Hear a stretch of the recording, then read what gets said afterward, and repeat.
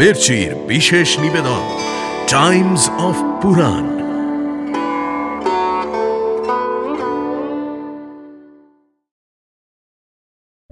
এই নীরব জাহ্নবী তটে কারা আসছে? এ তো অসংখ্য সৈন্যের রণবাদ্য শুনতে পাচ্ছি আমি। তোমার উপরে আমাদের বংশের পিণ্ড, তর্পণ এবং পারলৌকিক কর্ম ন্যস্ত রইল। কাষ্ঠ সদৃশ্য সেই 3 দেহকে এবার দাবাগ্নি গ্রাস করল। সে যে কোথায় থাকে তা কেউ জানে না বৎস। ধৃতরাষ্ট্রের কুচক্রী পুত্রগণ অনন্ত নরক বাস করুক।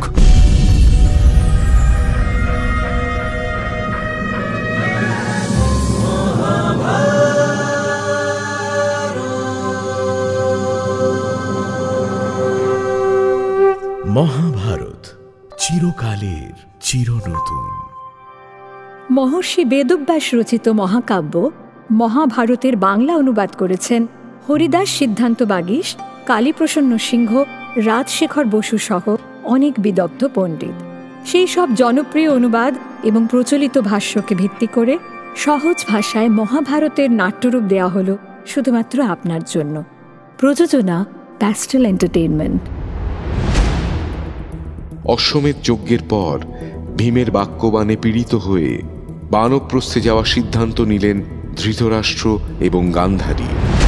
শোকাকুল যুধিষ্ঠিরকে অতি কষ্টে সম্মত করিয়ে এবং তাকে রাজ্য শাসনের উপায় বেশ কিছু প্রয়োজনীয় পরামর্শ দিয়ে শেষবারের মতো মৃত পুত্রদের শ্রাদ্ধ করতে চাইলেন তিনি। তারপর পুত্র, পৌত্র এবং সুহৃদগণের শ্রাদ্ধকর্মের জন্য পাণ্ডবদের কাছে কিঞ্চিত ধনের কামনা জানিয়েছে ধৃতরাষ্ট্র। বনবাসে যাওয়ার আগে এই তার শেষ কাজ। যুধিষ্ঠির এবং অর্জুন তৎক্ষণাৎ সম্মত হলেও ক্রুদ্ধ হল ভীমসেন। ধৃতরাষ্ট্রকে সে কিছুতেই কোনো সম্পদ দান করতে চায় না। যতগৃহ, দুধসভা, 13 বর্ষের বনবাস, অজ্ঞাতবাস, আমাদের অশেষ দুঃখ কষ্ট এসব কি বিস্তৃত হয়েছে অর্জুন? সে সময় ধৃতরাষ্ট্রের স্নেহই বা কোথায় ছিল? আর ভীষ্ম, দ্রোণ, কৃপই বা কোথায় ছিলেন? দুধ ক্রীড়ার সময় দুর্যোধন কি কি জয় করল? অধৈর্য হয়ে এই ধৃতরাষ্ট্রই বারংবার সে প্রশ্ন বিদুরকে করেছিলেন। মনে নেই তোমার? সে সময় তার পিতৃস্নেহের সঞ্চার ঘটেনি কেন? আর কর্ণের শ্রাদ্ধ মাতা কুন্তি করবেন। ধৃতরাষ্ট্রের কুচক্রী পুত্রগণ অনন্ত নরক বাস করুক। তাদের শ্রাদ্ধের কি প্রয়োজন? থামো ভীম, আর কোনো বিদ্বেষজনক বাক্য তুমি বলবে না। নীরব হও। আপনি আমার জ্যেষ্ঠ, সেই কারণেই আপনার প্রতি অধিক কিছু বলা আমার শোভা পায় না। সজ্জন ব্যক্তিরা শুধুই দুর্ব্যবহার স্মরণ রাখে না, মানুষের সদ্গুণকেও তারা স্বীকৃতি দান করে। প্রধানমন্ত্রী বিদুর, আপনি গিয়ে মহারাজ ধৃতরাষ্ট্রকে জানান যে আমার এবং অর্জুনের কোষাগার তার জন্য উন্মুক্ত। আমাদের ধন সম্পদ এবং প্রাণের কর্তা শুধু তিনি। অতীত ভীমসেনকে যে যন্ত্রণা দিয়েছে সে এখনও তার পীড়ন সহ্য করে চলেছে। সুতরাং ভীমসেনের প্রতি তিনি যেন বিরূপ না হন। আমাদের উভয়ের সম্পদের সাহায্যেই মহারাজ ধৃতরাষ্ট্র তার অভীষ্ট সিদ্ধ করতে পারেন। বিদুরের মুখ থেকে সকল কথা শুনে ধৃতরাষ্ট্র অত্যন্ত সন্তুষ্ট হল। নির্দিষ্ট দিনে মৃত পুত্র এবং পরিজনদের শ্রাদ্ধাদি কার্য, প্রচুর দান ধ্যান এবং ব্রাহ্মণ ভোজনের আয়োজন করল ধৃতরাষ্ট্র। পারলৌকিক ক্রিয়াকর্মের শেষে উপস্থিত সকল রাজ্যবাসীকে তার বানপ্রস্থের কথা জানিয়ে অতীত কৃতকর্মের জন্য ক্ষমা প্রার্থনা করল ধৃতরাষ্ট্র। হে হস্তিনাপুরবাসীগণ, আমি এবং গান্ধারী করজোড়ে আপনাদের কাছে প্রার্থনা করছি। আমার লোভী এবং স্বেচ্ছাচারী পুত্রগণকে আপনারা ক্ষমা করুন। মহারাজ, আপনি আমাদের পিতা এবং ভ্রাতার ন্যায় পালন করেছেন। রাজা দুর্যোধনও আমাদের প্রতি কোনো অন্যায় আচরণ করেননি। তাকে আমরা পিতার ন্যায় বিশ্বাস করতাম। এখন মহারাজ যুধিষ্ঠিরের শাসনেও আমরা সুখী থাকব। রাজন, কুলনাশের জন্য আপনি কর্ণ, দুর্যোধন, শকুনিকে দায়ী করবেন না। কুলনাশের কারণ হল দৈব। আপনি নিশ্চিন্ত চিত্তে পূর্ণ কর্ম করুন। আপনার পুত্রগণের অক্ষয় স্বর্গলাভ হোক। প্রজাগণের কাছ থেকে মঙ্গলজনক বাক্য শুনে এবার স্বস্তি লাভ করল ধৃতরাষ্ট্র। কার্তিক পূর্ণিমা তিথিতে যথাবিধানে যজ্ঞ করে গান্ধারীকে সঙ্গে নিয়ে তপবনের উদ্দেশ্যে যাত্রা করার জন্য প্রস্তুত হল সে। গান্ধারীর সঙ্গে কুন্তী এবং বৃদ্ধ রাজার সঙ্গে বিদুর ও সঞ্জয়ও বনগমনের অভিপ্রায় জানাল। যুযুৎসু, কৃপাচার্য, পঞ্চপাণ্ডব, রাজবধূগণ এবং প্রজাবর্গের আকুল আকুতিতেও ধৃতরাষ্ট্র তার সিদ্ধান্তে অনড়। কুন্তী, গান্ধারী, বিদুর এবং সঞ্জয়ের সঙ্গে পদব্রজে তপবন যাত্রার উদ্দেশ্যে পথে নামল ধৃতরাষ্ট্র। হস্তিনানগরীর শোকাকুল বাসিন্দাগণ সকলেই তাদের অনুসরণ করল। কিছুদূর গমন করার পর এবার স্তব্ধ হল ধৃতরাষ্ট্র।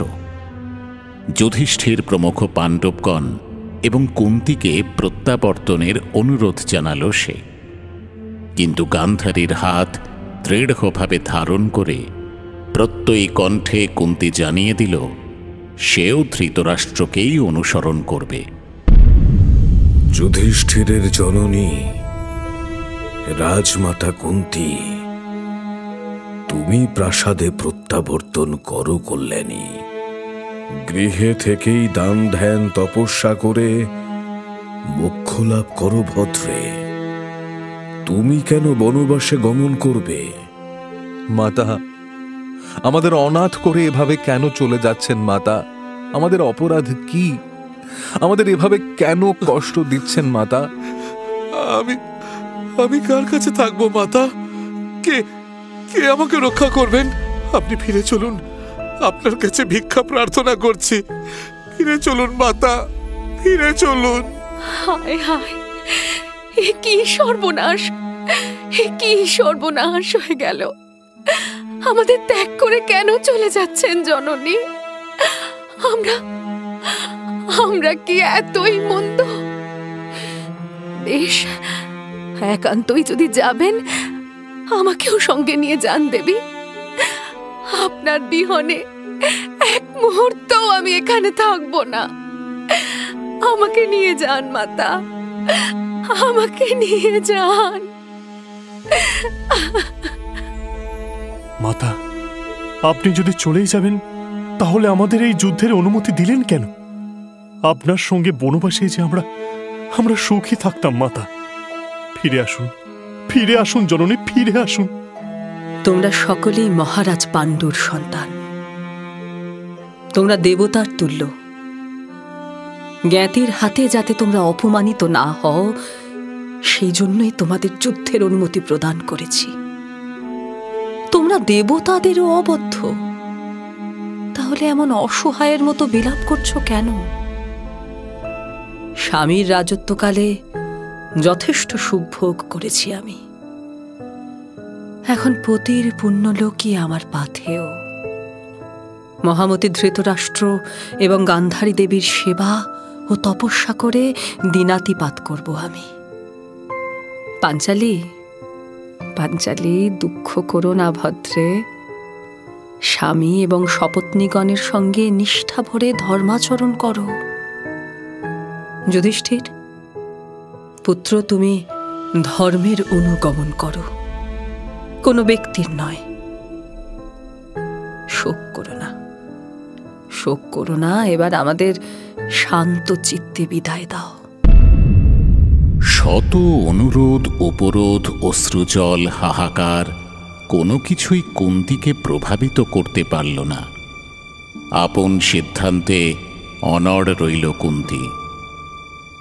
দ্রৌপদী প্রভৃতি পাণ্ডব বধূগণ এবং শোকাকুল হস্তিনাপুরবাসীদের নিয়ে পঞ্চপাণ্ডব এবার বিমর্ষ চিত্তে রাজধানীতে প্রত্যাবর্তন করল। পদব্রজে বহুদূর পথ অতিক্রম করে সকলকে নিয়ে ধৃতরাষ্ট্র এবার রাজর্ষি শতযূপের আশ্রমে উপস্থিত হল। প্রাক্তন কেকয়রাজ শতযূপ আমারই শিষ্য। তার অনুরোধে বৃদ্ধ কুরুরাজ, গান্ধারী, কুন্তী প্রমুখকে দীক্ষাদান করে আশ্রমবাসের অনুমতি দিলাম আমি। জটা, অজিন, বলকল ধারণ করে গান্ধারী, কুন্তীর সঙ্গে কঠোর তপস্যা শুরু করল ধৃতরাষ্ট্র। তপস্বী কুরুরাজকে দেখে তুষ্ট হয়ে দেবর্ষি নারদ একদিন সেখানে এলেন। মনে গভীর শান্তি অনুভব করছো তো ধৃতরাষ্ট্র? প্রণাম দেবর্ষি। রাজ্য, সম্পদ, স্বজন সব ত্যাগ করে পরকালে উত্তম গতি লাভের আশায় এই তপবনে আশ্রয় নিয়েছি। আপনার আশীর্বাদে আমার সেই আকাঙ্ক্ষা যেন পূর্ণ হয় দেবর্ষি। পূর্বে বহু রাজর্ষি এই তপবনে তপস্যা করে উত্তম গতি লাভ করেছেন। মহর্ষি ব্যাসের অনুগ্রহে তোমরা সকলেই উত্তম লোক লাভ করবে ধৃতরাষ্ট্র। কুন্তী দেবী ইন্দ্রলোকে তাঁর স্বামীর কাছে গমন করবেন।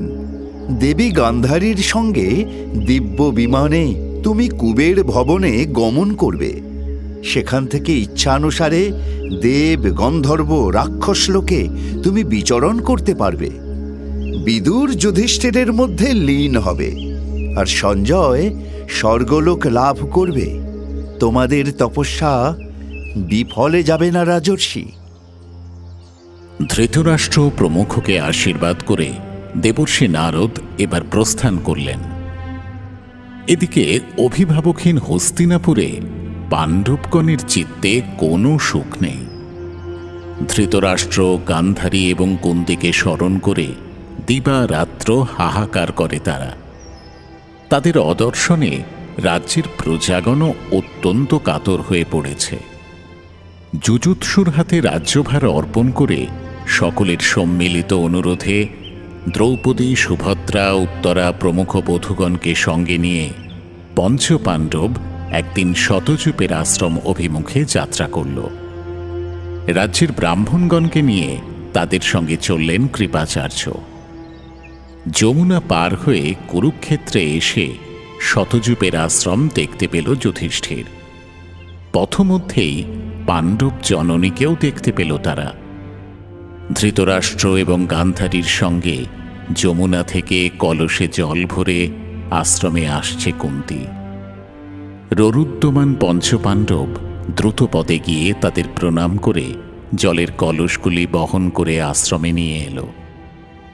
দ্রৌপদী সহ পঞ্চপাণ্ডব তপবনে এসেছে শুনে চারিপাশ থেকে অন্য আশ্রমিকরাও তাদের দেখতে এলো, কিন্তু তাদের মাঝখানে কোথাও বিদুরকে দেখতে না পেয়ে আশ্চর্য হল যুধিষ্ঠির। মহারাজ, আপনাদের সকলেরই দর্শন পেলাম, কিন্তু ক্ষুল্লতা তো বিদুর কোথায়? তিনি তো এখনো দৃষ্টিগোচর হলেন না। তাকে আর কেউই দেখতে পায় না পুত্র। বনের কোনো গভীরতর অংশে সম্পূর্ণ বায়ুভোগ অবস্থায় তপস্যা করছে সে। শিরায় আচ্ছাদিত সেই শীর্ণ শরীরখানি দৈবাত কারো দৃষ্টিপথে এসেই পুনরায় মিলিয়ে যায়। সে যে কোথায় থাকে তা কেউ জানে না বৎস। ধৃতরাষ্ট্রের মুখ থেকে বিদুরের প্রসঙ্গ শুনে চিন্তায় আকুল হয়ে উঠল যুধিষ্ঠির। বিদুরকে একবার স্বচক্ষে দর্শন করার বড় স্বাদ হল তার। মাথা নত করে বিদুরের কথা ভাবতে লাগল সে। পরমাশ্চর্যের বিষয় হল, ক্ষণকাল পরেই বহু দূরে শীর্ণদেহ সম্পূর্ণ দিগম্বর বিদুরকে দেখতে পেল যুধিষ্ঠির। তার মস্তকে বিশাল জটা, ধূলিধূসর দেহ। দূর থেকে আশ্রমের দিকে একবার দৃষ্টিপাত করেই সেখান থেকে অন্যত্র সরে যাচ্ছিল বিদুর। ঠিক সেই সময় যুধিষ্ঠির সবেগে তার পশ্চাৎ ধাবন করল। বিদুর চলেছে বায়ুর বেগে, তার পশ্চাতে আত্মপরিচয় শোনাতে শোনাতে দ্রুত বেগে ছুটে চলেছে যুধিষ্ঠির। এভাবে বহু দূর গমনের পর অকস্মাৎ এক বিরাট বৃক্ষের সম্মুখে রুদ্ধ হল বিদুরের গতি। যুধিষ্ঠিরের মুখের দিকে সে এক দৃষ্টে তাকিয়ে রইল। মহাত্মা বিদুর, আপনি আপনি আমাকে চিনতে পারছেন না? আমি যুধিষ্ঠির, আপনার প্রিয় যুধিষ্ঠির। আমি জ্যেষ্ঠ পাণ্ডব। আপনাকে দর্শন করতে এসেছি মহাত্মা। আমাকে আশীর্বাদ দান করবেন না? যুধিষ্ঠিরের প্রশ্নের উত্তরে একেবারে নীরব হয়ে রইল বিদুর। একটি শব্দও উচ্চারণ করল না সে। যুধিষ্ঠিরের দিকে অনিমেষ নয়নে তাকিয়ে রইল বিদুর। স্থির সেই দৃষ্টি, একেবারে নিষ্পলক। সহসা যুধিষ্ঠিরের মনে হল তার চোখে বিদুরের চোখ, গাত্রে বিদুরের গাত্র, শ্বাসে বিদুরের শ্বাস, তার প্রাণে বিদুরের প্রাণ মিশে যাচ্ছে। যোগ বলে যুধিষ্ঠিরের মধ্যে নিজেকে লীন করে ফেলছে বিদুর। যুধিষ্ঠির বুঝতে পারল পূর্বের অপেক্ষা তার বল, সাহস, দৃঢ়তা, শান্তি বহু গুণ বৃদ্ধি পেয়েছে। তার শরীর দিয়ে যেন জ্যোতি বিচ্ছুরিত হচ্ছে। অপরদিকে বিদুরের প্রাণহীন, নিশ্চল, স্তব্ধ নয়ন দেহখানি এবার সেই বৃক্ষের প্রান্তে লুটিয়ে পড়ল। ধর্মাত্মা বিদুর ধর্মপুত্র যুধিষ্ঠিরের দেখে মিশে যাওয়ার পর সেই নিষ্প্রাণ দেহের অন্ত্যেষ্টি করতে গেল যুধিষ্ঠির। ঠিক সেই সময় আকাশপথে এক প্রতিধ্বনি শুনতে পেল সে। বৎস যুধিষ্ঠির, বিদুর সন্ন্যাস ধর্ম গ্রহণ করেছিলেন। তার দেহ দগ্ধ করো না। তার নিশ্চল শরীর যেখানে আছে সেখানেই থাক। তুমি ফিরে যাও যুধিষ্ঠির।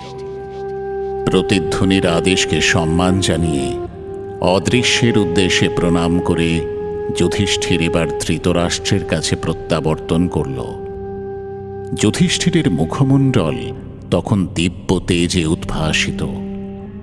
তার কাছে বিদুরের সংবাদ শুনে উপস্থিত সকলেই গভীর বিস্ময়ে স্তব্ধ হয়ে রইল।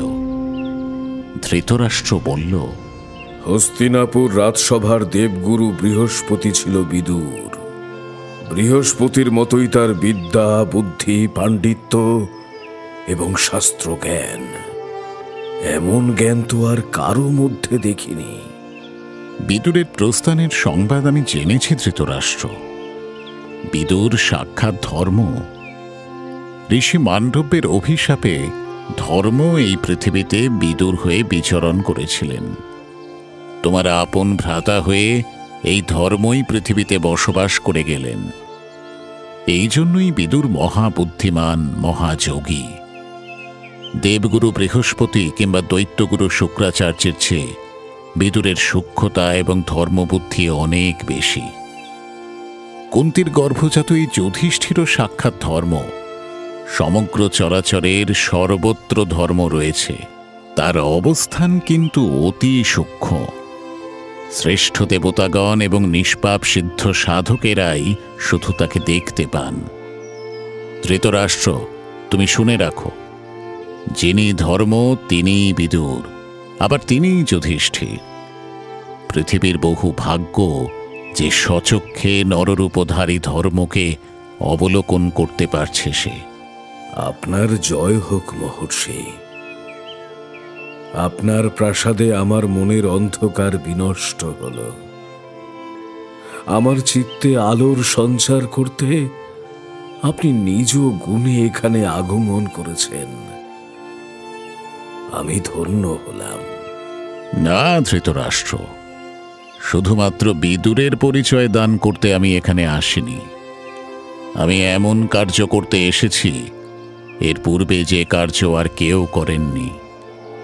কোনো মহর্ষি, দেবর্ষি কিংবা ব্রহ্মর্ষি এমন কার্য করার কথা চিন্তায়ও আনেননি। আমার তপস্যার সেই আশ্চর্য ফল তোমাদের দেখাবো বলেই এখানে আমার আগমন ঘটেছে পুত্র। তোমার মনে যে দুঃখ আছে তা আমাকে বলো ধৃতরাষ্ট্র। গান্ধারী এবং কুন্তিও নিঃসংকোচে তাদের মনোবাঞ্ছা প্রকাশ করুক। মহর্ষি, আপনি সর্বজ্ঞ। আপনি অন্তর্যামী। আমার মনের সকল ইচ্ছা আপনি জানেন, আমার সকল যন্ত্রণাও আপনি জানেন পিতা। কৃষ্ণ সাধন এবং তপস্যায় আমার কোনো ক্লান্তি নেই, কিন্তু তবুও আমার মন কিছুতেই শান্ত হচ্ছে না মহর্ষি।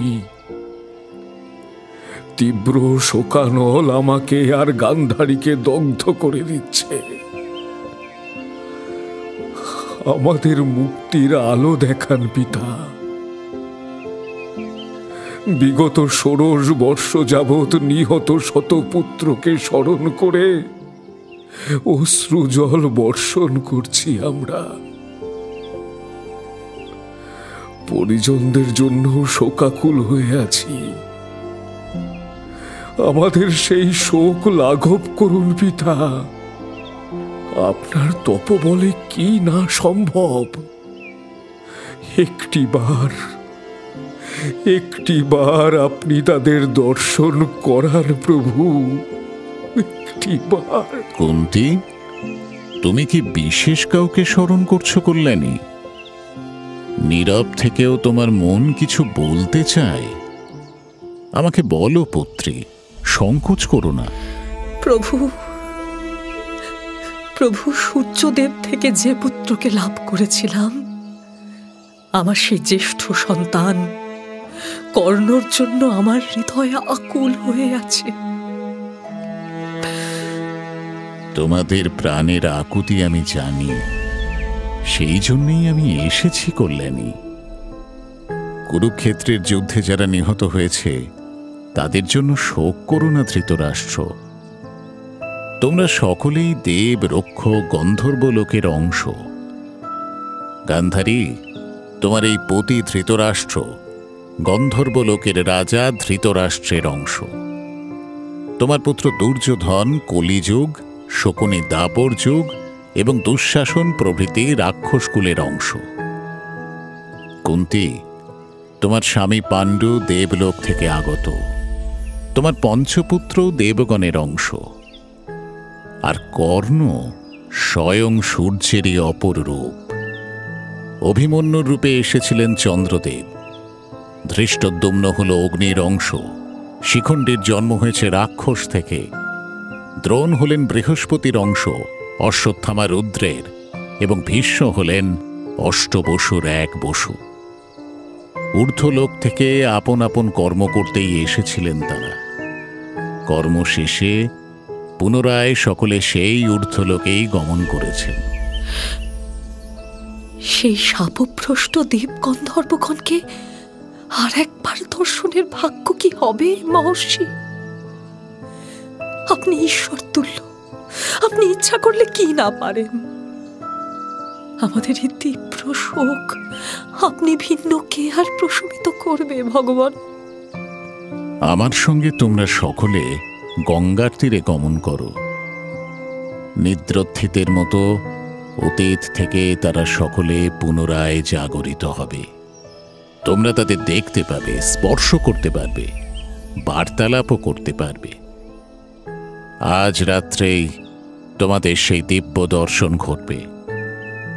আপনার অসীম দয়া মহর্ষি, আপনি সাক্ষাৎ ঈশ্বর। আপনি আমাদের মুক্তিদাতা। সর্বান্তকরণে আপনাকে প্রণাম জানাই প্রভু। সকল কুরুবংশীয় এবং হস্তিনাপুরবাসীগণ এবার আমার সঙ্গে গঙ্গা তীরে গমন করল। সারা দিন অতিক্রান্ত হওয়ার পর রাত্রি এলো। সন্ধ্যাকার্য সমাপ্ত করে সকলে উদ্বিগ্ন চিত্তে এবার আমার পার্শ্বে এসে উপবেশন করল। সকলকে আশ্বস্ত করে এবার আমি গঙ্গায় এসে অবতীর্ণ হয়ে কুরুক্ষেত্র যুদ্ধে নিহত সকল বীরকে আহ্বান করলাম। গঙ্গার জলে এবার প্রবল স্ফীতি দেখা দিল। জলের মধ্য থেকে কুরু পাণ্ডব সেনার তুমুল নিনাদ উঠল। তারপর ধীরে ধীরে সকলের অবয়ব স্পষ্ট হয়ে উঠল। ভীষ্ম, দ্রোণ, পুত্রগণ সহ বিরাট রাজা, ধৃষ্টদ্যুম্ন, শিখণ্ডী, 100 কৌরব, দ্রৌপদীর পঞ্চপুত্র, অভিমন্যু, সোমদত্ত, বাল্মীক, ভগদত্ত, লক্ষণ, ধৃষ্টকেতু, কর্ণ, ঘটোৎকচ, চেকিতান প্রমুখ মহাবীরগণ দিব্যদেহ ধারণ করে সসৈন্যে অবতীর্ণ হল। জীবদ্দশায় তাদের যেমন বাহন ছিল সেই বাহন, অস্ত্র, পরিচ্ছদ, অলঙ্কার ইত্যাদি সহ আবির্ভূত হল তারা। সেই সমর্থিত কুরু পাণ্ডব কুলকে দেখে অপ্সরা এবং গন্ধর্বগণ স্তব গান শুরু করল। দেবগণ পুষ্পবৃষ্টি করতে থাকলেন। এই অদ্ভুত হর্ষধ্বনি, এই আনন্দ নিনাদ, এই মিলিত উল্লাস, এই কণ্ঠ কাদের? এই নীরব জাহ্নবী তটে কারা আসছে? এ তো অসংখ্য সৈন্যের রণবাদ্য শুনতে পাচ্ছি আমি। হর্ষধ্বনি, হ্যাঁ, হর্ষধ্বনি শুনছি আমি। মহর্ষি, মহর্ষি, আমাকে বলুন মহর্ষি, অনুগ্রহ করে আমাকে বলুন, এই জাহ্নবী তীরে কাদের সমাগম ঘটছে? হায় হায়, আমার অন্ধ চক্ষু আমাকে এই আনন্দ উল্লাস থেকে বঞ্চিত করল। আমি অতি দুর্ভাগ্য, আমি অতি দুর্ভাগ্য। শোক করো না পুত্র, তোমার মনস্তাপের উপশম ঘটাতেই সকল মহাবীরকে পরলোক থেকে মর্তলোকে আবাহন করেছি আমি। তোমার দৃষ্টিপথ এমন শূন্য থাকলে এদের প্রত্যাবর্তন বিফল হয়ে যাবে। আমি তোমাকে দিব্য চক্ষু এবং দিব্য দৃষ্টি দান করছি পুত্র। এই সকল বীরকে তুমি দর্শন করতে পারবে। ভাগ্যশালিনী গান্ধারীকেও আমি দিব্য দৃষ্টি দান করছি। আপনার অশেষ কৃপা মহর্ষি, অশেষ কৃপা। কুরুক্ষেত্র যুদ্ধের সময় কুরু পাণ্ডবগণের মধ্যে যে প্রবল বিদ্বেষ ছিল, জাহ্নবীর গভীর অতল থেকে যখন তারা পুনর্জাগরিত হল, তখন তাদের মধ্যে সেই বিদ্বেষ এবং বৈরিতার তিলমাত্র আর অবশিষ্ট ছিল না। ধৃতরাষ্ট্র এবং গান্ধারী তাদের দিব্য দৃষ্টির সাহায্যে আপন পুত্রগণকে প্রাণ ভরে দেখতে লাগল। গঙ্গার তটে উপস্থিত সকল মানুষ সেই অদ্ভুত দৃশ্য দেখে আশ্চর্য হয়ে গেল। বীর পত্নীগণ তাদের পতিদের সঙ্গে, মাতাগণ পুত্রদের সঙ্গে মিলিত হয়ে আনন্দে উত্তেজনায় আত্মহারা হয়ে গেল। গঙ্গার তটখানি এক মহোৎসবে পরিণত হল।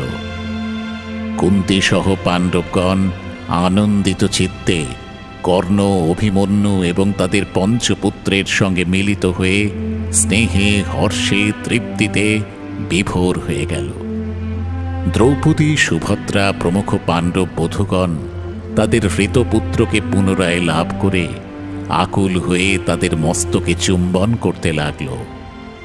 বধূগণ আনন্দিত চিত্তে তাদের স্বামীদের সেবা শুশ্রূষা করতে লাগল। পুনর্জীবিত সেই রাজগণের মধ্যে যেহেতু কোনো বৈরিতা ছিল না, সুতরাং তাদের মধ্যে কখনো কোনো বিরোধের সূত্রপাত ঘটেছিল কিনা সে কথা তারা বিস্মৃত হল। একটি রাত্রি শুধুই উল্লাস, সৌহার্দ্য এবং আনন্দের মিলন মেলা সাঙ্গ করে পরদিবস সূর্যোদয়ের সঙ্গে সঙ্গে পরস্পরকে আলিঙ্গন করে পুনরায় রথ, অশ্ব, অস্ত্রাদির সঙ্গে গঙ্গায় অন্তর্হিত হল। এবার যে যার সংশ্লিষ্ট লোকে গমন করল।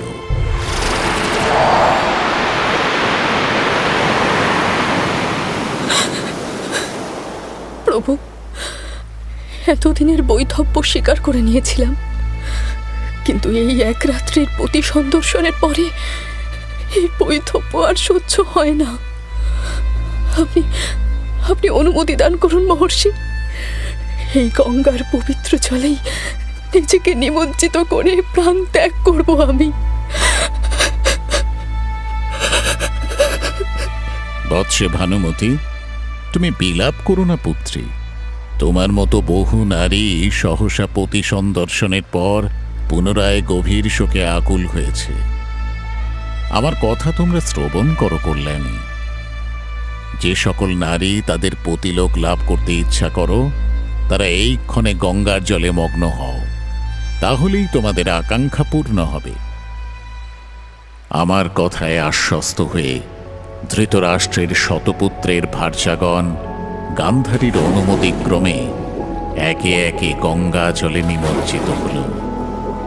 সকলের দৃষ্টির সম্মুখে তারা তখনই মনুষ্যদেহ পরিত্যাগ করে সূক্ষ্মদেহী হয়ে আপন আপন স্বামীর লোকে গমন করল। পুত্রগণের দর্শন লাভ করার পর হৃষ্টচিত্ত ধৃতরাষ্ট্র গান্ধারী এবং কুন্তীকে সঙ্গে নিয়ে আপন আশ্রমে প্রত্যাবর্তন করল। ধৃতরাষ্ট্রের অনুমতিক্রমে হস্তিনাপুরবাসী ব্রাহ্মণ এবং প্রজাগণ আপন রাজ্যে প্রত্যাবর্তন করল। ভার্যাদের নিয়ে পঞ্চপাণ্ডব ধৃতরাষ্ট্রকে অনুসরণ করে আশ্রমে এসে উপবেশন করল। আমি নিজেও ধৃতরাষ্ট্রের সম্মুখে এসে দাঁড়ালাম। আমার আভূমি প্রণাম গ্রহণ করুন মহর্ষি। আপনার আশীর্বাদে আমার সকল অভাব আজ পূর্ণ হয়েছে। তোমার সকল অতৃপ্তির বিনাশ ঘটেছে তো পুত্র। তোমার দুঃসহ শোকের উপশম ঘটেছে। তুমি নির্ভার অবস্থা লাভ করেছ তো এবার? আজ্ঞে হ্যাঁ পিতা, আপনার আশীর্বাদে আমি এখন সম্পূর্ণ নির্ভার। আমার মনে আর কোনো শোক নেই। আমি এখন স্বচ্ছ, স্নিগ্ধ, অনন্য অনুভূতি লাভ করছি। আর আমার কোনো মায়া বা মোহ কিছুই নেই পিতা। এবার তবে যুধিষ্ঠিরকে অনুমতি দান করো পুত্র। ভ্রাতা এবং ভার্যাদের নিয়ে হস্তিনাপুরে প্রত্যাবর্তন করুক যুধিষ্ঠির। মাসাধিক কাল রাজ্য থেকে বহু দূরে অবস্থান করছে সে। এবার তাদের বিদায় দাও পুত্র। হস্তিনাপুরে গিয়ে প্রজা পালন করুক যুধিষ্ঠির। আপনি যথার্থ বলেছেন মহর্ষি। পাণ্ডবগণের এবার হস্তিনাপুরে প্রত্যাবর্তন করা উচিত। বৎস যুধিষ্ঠির, এবার তুমি রাজার দায়িত্ব পালন করো বৎস। প্রজা পালন করতে যাও তুমি। তোমার মঙ্গল হোক বৎস। তুমি সম্পূর্ণ নিষ্পাপ। আমাদের প্রতি যে কর্তব্য তুমি পালন করেছ তা অতুলনীয়। তোমার কারণেই আমরা সকল শোক দুঃখ থেকে পরিত্রাণ লাভ করেছি পুত্র। তোমার অশেষ কল্যাণ হোক। জ্যেষ্ঠ পিতা, আমার প্রতি সত্যি যদি আপনি প্রসন্ন হন, তাহলে কেন আমাকে এখান থেকে চলে যাওয়ার আদেশ দিচ্ছেন? কেন আমাকে আপনার সেবা থেকে বঞ্চিত করছেন রাজন? বৎস যুধিষ্ঠির, তুমি যেখানে থাকবে সেখানেই সর্বদা উদ্যম এবং স্বফূর্তি বিরাজ করবে রাজা। তোমাকে দর্শন করে আমি পুনরায় সেই অমিত বিক্রম, তেজ এবং সবল দেহ লাভ করছি বৎস। কিন্তু এখন আমার তপস্যার সময়। তোমার দুই মাতাও আমার সঙ্গে তীব্র তপস্যা করছেন। শুষ্ক পর্ণমাত্র ভোজন করে থাকেন তারা। তেজস্বী জীবনের সকল নিয়ম এরা পালন করছেন। সুতরাং আমরা কেউই আর দীর্ঘকাল জীবিত থাকব না পুত্র। এবার আমরা কঠিন তপস্যা করতে ইচ্ছা করি। তুমি রাজ্যে প্রত্যাবর্তন করো পুত্র। পুত্র যুধিষ্ঠির, তোমার জ্যেষ্ঠ পিতা যা বলছেন তাই করা তোমার কর্তব্য। তোমার উপরে আমাদের বংশের পিণ্ড, তর্পণ এবং পারলৌকিক কর্ম ন্যস্ত রইল। আমাদের বংশের সেই কর্ম তুমি পালন করো পুত্র। যে রাজ্যে কোনো প্রিয়জন নেই, জননী নেই, পিতা নেই, সেই রাজ্যে প্রত্যাবর্তন করতে চাই না মাতা। আমাকে অনুমতি দিন, আমিও তপস্যা করব। ভীমসেনের ওপর রাজ্যভার ন্যস্ত করে আমি এই তপবনেই অবস্থান করব মাতা। আমাকে অনুমতি দিন আপনি। না যুধিষ্ঠির, হস্তিনাপুরের মঙ্গল সাধন করাই তোমার পরম কর্তব্য। তপস্বীর জীবন তোমার নয় পুত্র। তুমি রাজকার্য পালন করো, প্রকৃত ধর্মাচরণ করো পুত্র। আমাদের জীবনে অল্পই অবশিষ্ট আছে। তোমার স্নেহ পাশে আমাদের তপস্যার বিঘ্ন ঘটবে। তাই হস্তিনাপুরে গমন করো যুধিষ্ঠির, ফিরে যাও। ধৃতরাষ্ট্র এবং কুন্তির আদেশের পর যুধিষ্ঠির এবার নীরবে অশ্রু বর্ষণ করতে লাগল। নকুল, সহদেব এবং দ্রৌপদীও অসংখ্যবার অনুরোধ করল, কিন্তু কুন্তি তার সিদ্ধান্তে অটল। তখন ধৃতরাষ্ট্র, গান্ধারী এবং কুন্তিকে প্রণাম করল পঞ্চপাণ্ডব। পাণ্ডব বধূগণকে আলিঙ্গন করে মস্তক আঘ্রাণ করল কুন্তি। পঞ্চপাণ্ডবকে আলিঙ্গন করে তাদের যাত্রার অনুমতি দান করল ধৃতরাষ্ট্র। বধূগণকে সঙ্গে নিয়ে যুধিষ্ঠির সহ পঞ্চভ্রাতা হস্তিনাপুরে প্রত্যাবর্তন করে রাজ্য শাসন আরম্ভ করল। সেই রাজ্যে সুখ, সমৃদ্ধি এবং ধর্ম প্রতিষ্ঠা হল। এভাবে প্রায় 2 বছর সময় অতিক্রান্ত হল। একদিন যুধিষ্ঠিরের রাজ্যে এলেন দেবর্ষি নারদ। তাকে দর্শন করে তার পদবন্দনা করল যুধিষ্ঠির। তাকে পাদ্য অর্ঘ্য দিয়ে পূজা করে রাজা যুধিষ্ঠির এবার প্রশ্ন করল, পূজনীয় দেবর্ষি, দীর্ঘদিন পর এই রাজ্যে আপনার পদধূলি পড়ল। এই সুদীর্ঘকাল আমাদের আশীর্বাদ করতে এলেন না কেন মুনিবর?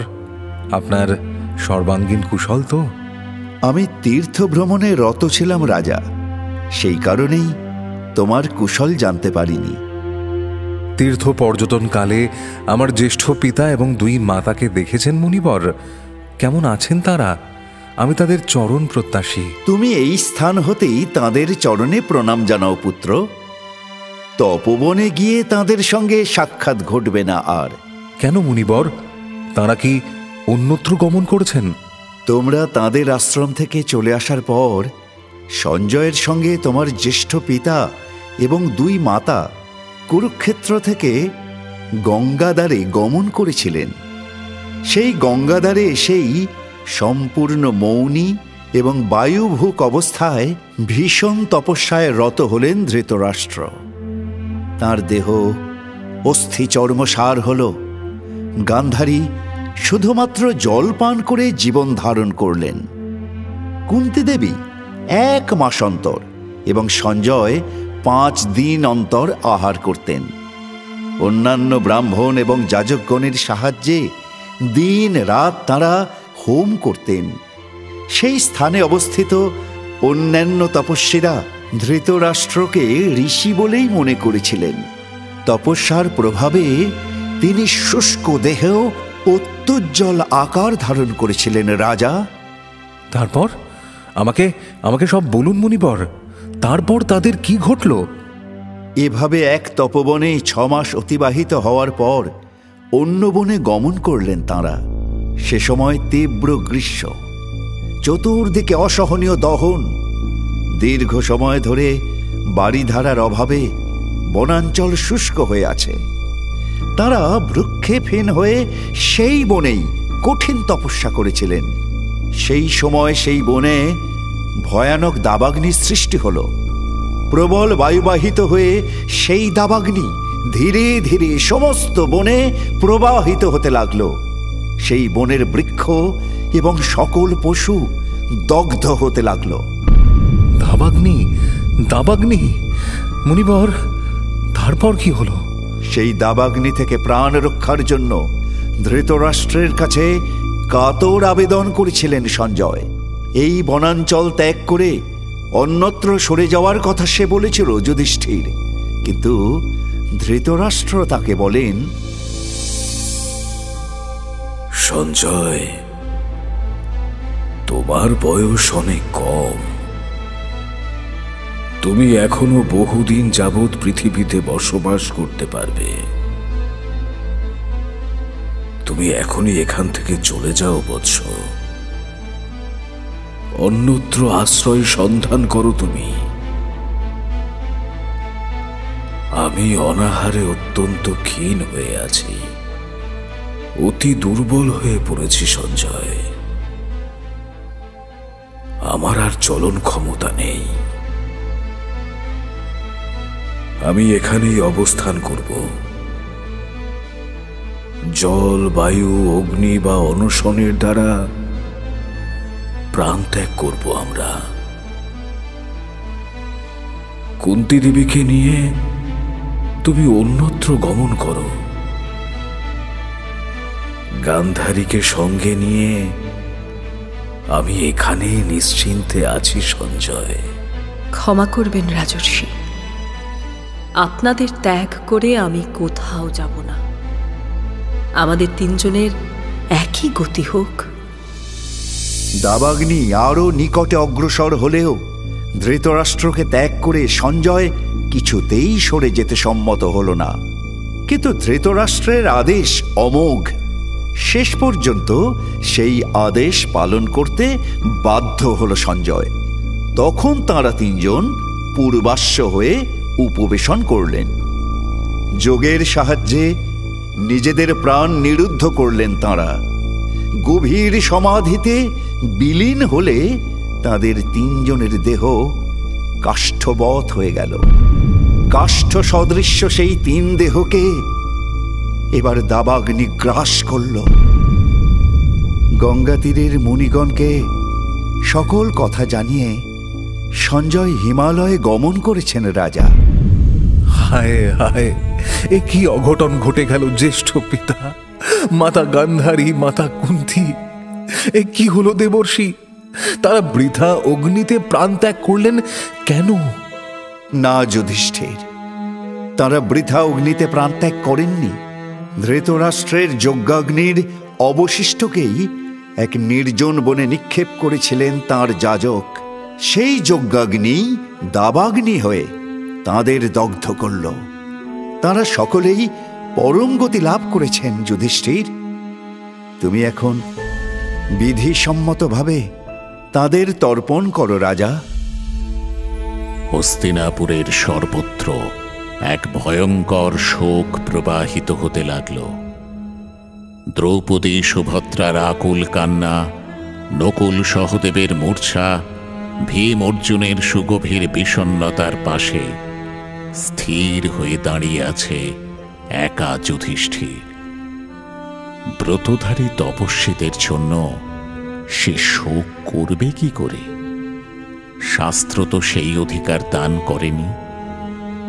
বহু কষ্টে তার অতলান্ত স্থৈর্যকে সস্থানে ধরে রাখল যুধিষ্ঠির। শান্ত গভীর মন্ত্রোচ্চারণের মধ্য দিয়ে তর্পণ সমাধা করল যুধিষ্ঠির। তার পশ্চাতে সমগ্র হস্তিনাপুর তখন আলোড়িত হচ্ছে প্রবল কান্নায়। এই দুঃসহ যন্ত্রণা ভুলতে কোথায় যাবেন যুধিষ্ঠির? অগতির গতি, দুঃখের বান্ধব, করুণা ঘন কৃষ্ণের কথা তার মানসপটে ভেসে উঠল। কেশবের দ্বারকায় দূত পাঠাবেন একবার। কেশব ভিন্ন কে আর তাকে সান্ত্বনা দিতে পারেন? কিন্তু কালের ইঙ্গিতে ইতিমধ্যে দ্বারকাও যে এক গভীর সংকটের দিকে অগ্রসর হচ্ছে, সে কথা তখনও জানেন না যুধিষ্ঠির। কি হবে দ্বারকার? কৃষ্ণেরই বা কি হবে? সেই কাহিনী নিয়ে ফিরে আসছি পরের পর্বে। শুনলেন মহাভারত। মুখ্য ভূমিকায় ব্যাসদেব সঞ্জয় দত্ত, যুধিষ্ঠির সৌম্যাদিত্য মুখার্জি, ভীম সুমিত কুণ্ডু, অর্জুন কৌশিক ব্যানার্জি, কুন্তি মধুবন্তী মিত্র, ধৃতরাষ্ট্র মলয় দেবনাথ, প্রজা সায়ন্তন ঘোষ, দ্রৌপদী দেবশ্রী মুখার্জি, সহদেব রামস্বরূপ গাঙ্গুলি, নারদ প্রবাল মুখার্জি, ভানুমতি বর্ণিশা ভট্টাচার্য। নাট্যরূপ মহুয়া ব্যানার্জি, শব্দগ্রহণ ও আবহ সত্যজিৎ সেন, শব্দ পরিকল্পনা ও মিশ্রণ সব্যসাচী মুখার্জি, পরিচালনায় শাওলি মজুমদার, সৃজনশীল পরিচালনা ইন্দ্রাণী চক্রবর্তী, প্রযোজনা প্যাস্টেল এন্টারটেইনমেন্ট। টাইমস অফ পুরাণ আপনার জন্য মির্চি বাংলা ইউটিউব চ্যানেল এবং গানা অ্যাপে।